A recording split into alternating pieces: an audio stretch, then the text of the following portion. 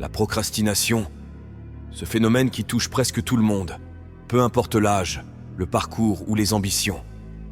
Elle semble s'infiltrer subtilement dans notre quotidien, repoussant toujours à plus tard ce que l'on pourrait accomplir aujourd'hui. Mais pourquoi est-il si difficile de s'en défaire? Aujourd'hui, nous allons explorer les mécanismes profonds de la procrastination, comprendre pourquoi nous tombons tous dans ce piège, et surtout, découvrir comment enfin y mettre un terme. Pourquoi procrastinons-nous? L'analyse des racines de la procrastination révèle qu'elle ne se résume pas à une simple résistance ou à un manque de discipline. D'un point de vue psychologique, la procrastination représente un conflit intérieur entre notre volonté d'accomplir une tâche et la recherche d'un certain confort. Il y a souvent une bataille entre le cortex préfrontal, chargé de la planification et de l'exécution des actions, et le système limbique, responsable des émotions et des réactions instantanées. Cette interaction met en lumière un conflit entre la gratification immédiate et les objectifs à long terme. De plus, nos expériences passées influencent souvent nos comportements présents. Par exemple, une expérience traumatisante ou un échec précédent peut créer un schéma où chaque tâche difficile rappelle inconsciemment des souvenirs négatifs. Notre esprit adopte alors la procrastination comme une réponse de protection. La procrastination peut aussi être liée à un manque de valeurs claires.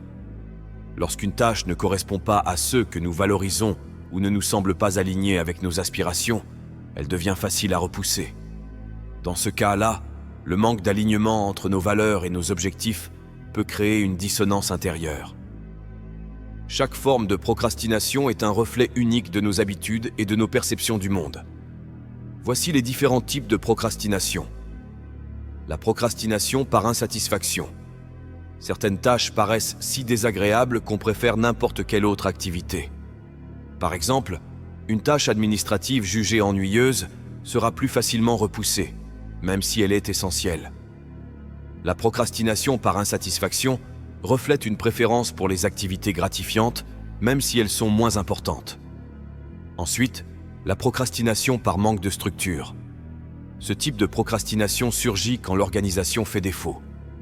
En effet, sans structure, le cerveau se laisse vite submerger.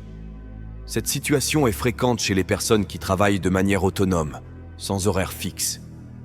Le manque de limites claires contribue alors à un sentiment de désordre et d'indécision.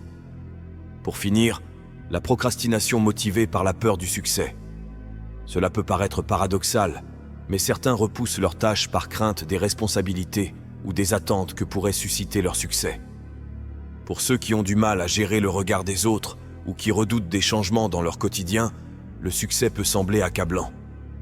Mais alors, quelles sont les conséquences de la procrastination? Les impacts s'étendent bien au-delà de la simple non-réalisation d'une tâche. Les répercussions sur le plan émotionnel peuvent être intenses, avec un effet cumulatif. Lorsque la procrastination devient une habitude, elle crée un cycle de culpabilité et de stress. À chaque tâche reportée, une pression s'accumule, ajoutant au fardeau psychologique. Ce cycle pousse les procrastinateurs à éviter encore plus, ce qui aggrave la situation. La procrastination affecte également les relations interpersonnelles. Elle peut provoquer des tensions, surtout dans un contexte professionnel ou familial, où les responsabilités partagées sont essentielles.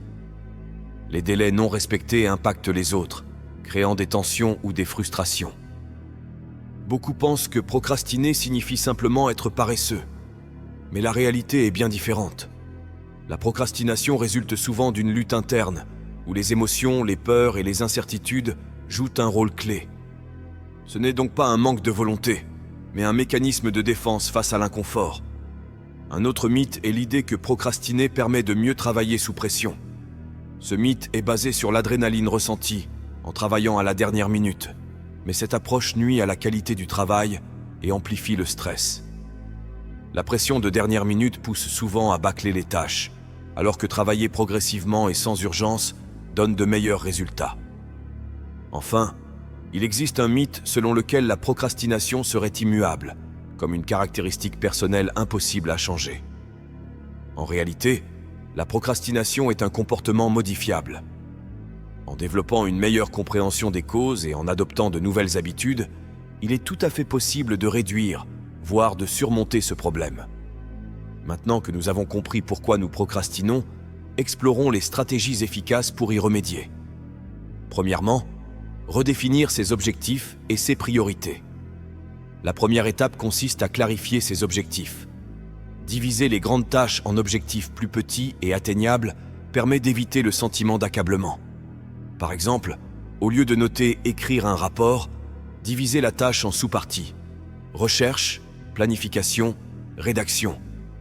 Fixer des étapes précises donne un sentiment d'accomplissement à chaque étape. Deuxièmement, utilisez des techniques de gestion du temps.